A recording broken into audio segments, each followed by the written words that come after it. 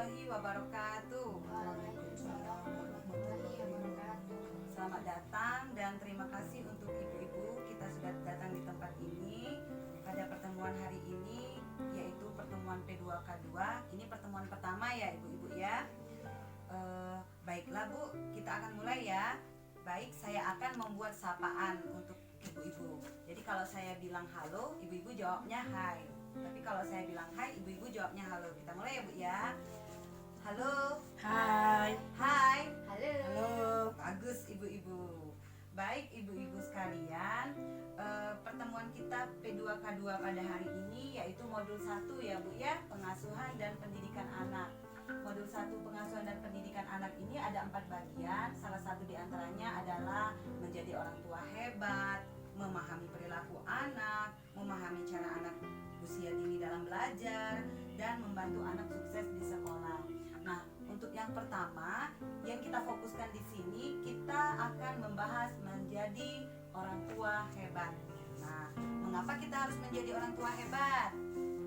Coba ibu-ibu, mengapa kita harus menjadi orang tua hebat? Menjadikan anaknya orang yang lebih baik, menjadikan anaknya orang yang lebih pandai. Anaknya sukses. Pintar. Ibu Selfie dan Ibu Sulaiba pintar sudah bisa menjelaskan bahwa apabila kita menjadi orang tua yang lebih baik, maka kita akan membesarkan anak yang hebat. Pintar. Nah, sekarang apa sih tips menjadi orang tua hebat? Yang pertama yaitu mengingat hal yang membahagiakan sebagai orang tua. Coba saya tanya, ibu-ibu coba ceritakan apa saja hal yang membahagiakan, menyenangkan yang ibu rasakan sebagai orang tua.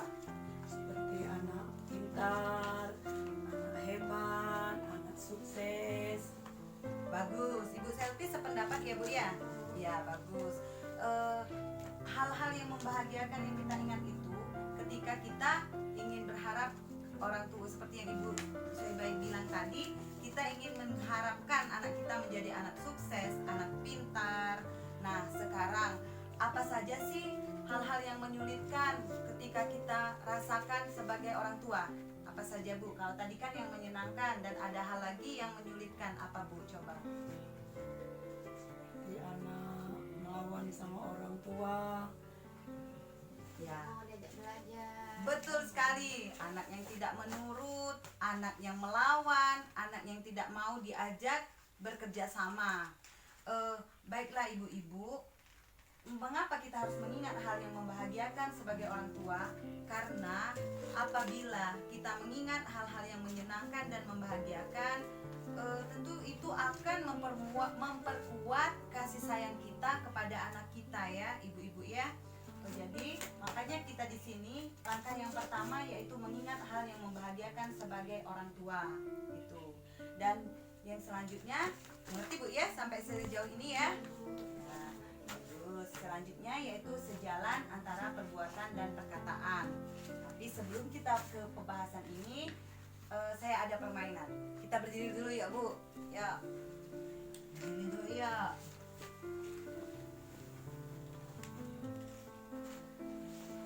Saya ada permainan ya ibu-ibu ya sekalian.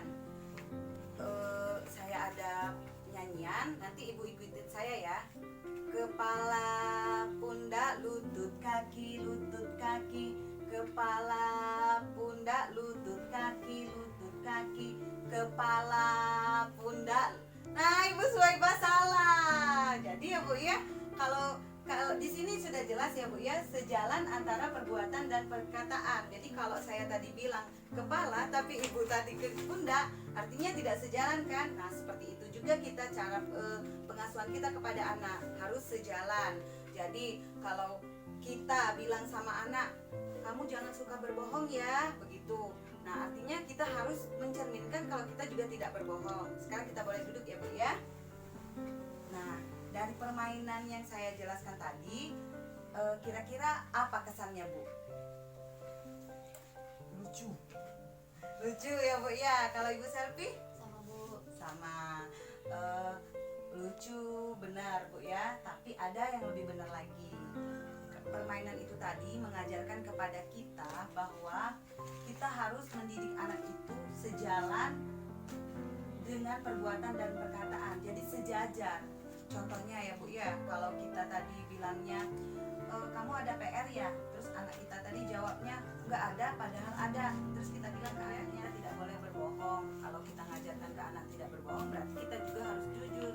Jangan gini Bu, ada yang datang nanya ibunya, nak bilang sama yang datang ibunya lagi pergi padahal kan ada di kamar. Itu artinya mengajarkan berbohong. Nah itu tentunya tidak boleh, harus sesuai dengan judulnya tadi, sejalan antara perbuatan dan perkataan.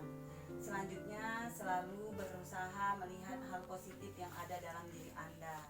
Jadi gini Bu, coba Ibu Selfie Ibu ya, ceritakan tentang Ibu Swaibah, bagaimana orangnya? Bu Apakah Seba itu orangnya baik, terus Bu? ramah, Iya. pengasih. Iya, betul Ibu ya. Jadi kalau kita bercerita tentang yang baik-baik itu gimana perasaan kita kalau dengarnya Ibu Swaibah, kalau Ibu Selfie tadi bilang kayak gitu? Senang. Seneng kan Bu ya? Bahagia kan lihatnya? Nah seperti itulah. Jadi kalau semisalnya ada pikiran yang negatif tadi, terus kita rubah menjadi positif, maka itu akan bahagia kita mendengarnya. Contohnya gini Bu, Ibu kehilangan kunci Ibu. Terus Ibu gimana perasaannya? Tentu akan marah kan Bu ya? Iya. Kesal juga kan Bu? Nah kalau gitu nggak usah kayak gitu, langsung Ibu rubah ke pikiran positifnya. Ibu bilang gini, oh mungkin saya tadi salah taruh ya kuncinya, oh mungkin saya tadi ini. Jangan kebawa ke anaknya, nanti ke anaknya marah, itu tentunya tidak boleh ya Bu ya. Selanjutnya bersikap dan bertutur kata penuh kasih sayang dan tanpa kekerasan. Nah di sini Bu kita tonton ada videonya ya Bu ya, kita tonton dulu ya Bu. Sepertinya ibu masih marah pada aku. Nah ini Dari tadi diam saja, tidak bicara sepatah kata pun padaku. Aku ini memang anak nakal. Aku pasti tidak suka pada aku. Tapi aku juga kan tidak suka didiamkan begini.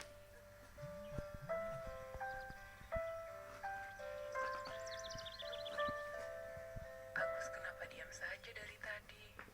Dia kelihatannya sedih. Kenapa ya dia? Atau jangan-jangan ibu yang salah? Ibu terlalu keras pada dia barangkali. Apa mungkin ibu sudah salah dalam perlakukan dia? Mungkin juga. Baiklah, kalau begitu, lain kali ibu harus lebih sabar. Tidak boleh terlalu sering marah pada anak-anak. kira apa Ibu pesan dari video tersebut tadi?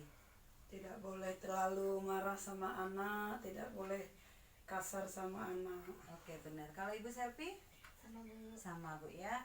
Oh jadi benar kata Ibu Swaibah tadi, pesan dari video tersebut atau film singkat tadi, kita tidak boleh membawa permasalahan kita kepada anak. Contohnya gini, kita tidak ada uang, suami kita belum gajian. Nah itu tidak boleh dibawa ke anak. Jadi kita tidak boleh berperilaku kasar ke anak. Kayak ibu tadi kan diamin anaknya. Jadi anaknya tadi kecil hati kan. Jadi anaknya tadi tuh merasa bersalah, merasa ada salah apa saya sama ibu. Jadi apapun keadaannya kita tetap harus bahagia terlihat kepada anak. Bagaimana ibu-ibu mengerti ya?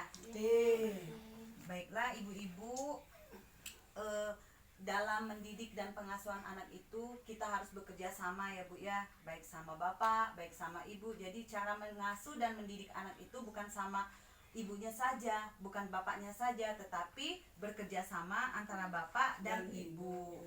Jadi kalau saya ulangi sekali lagi, tips menjadi orang tua hebat itu yang pertama apa Bu?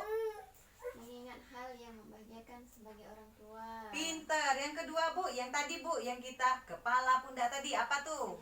Sejalan antara perbuatan dan perkataan. Pinter. Yang ketiga Bu, nih. Selalu berusaha melihat hal positif yang ada dalam diri Anda. Pinter. Yang keempat terakhir Bu. Bersikap dan bertutur kata penuh kasih sayang tanpa kekerasan ya Bu ya. Bagus. Jadi kalau kita ingin menciptakan anak yang hebat, kita harus mempunyai ini dan harus bekerja sama yang baik antara suami dan istri. Ada pertanyaan Bu? Cukup Bu sepertinya. Mungkin itu saja ya ibu-ibu ya, semoga bisa diterapkan di rumah. Pertemuan selanjutnya yaitu kita akan bahas sesi kedua ya Bu ya, nanti memahami perilaku anak. Saya tutup pertemuan P2K2 pada hari ini. Wabillahi taufiq wal hidayah. Wassalamualaikum warahmatullahi wabarakatuh. Waalaikumsalam warahmatullahi wabarakatuh.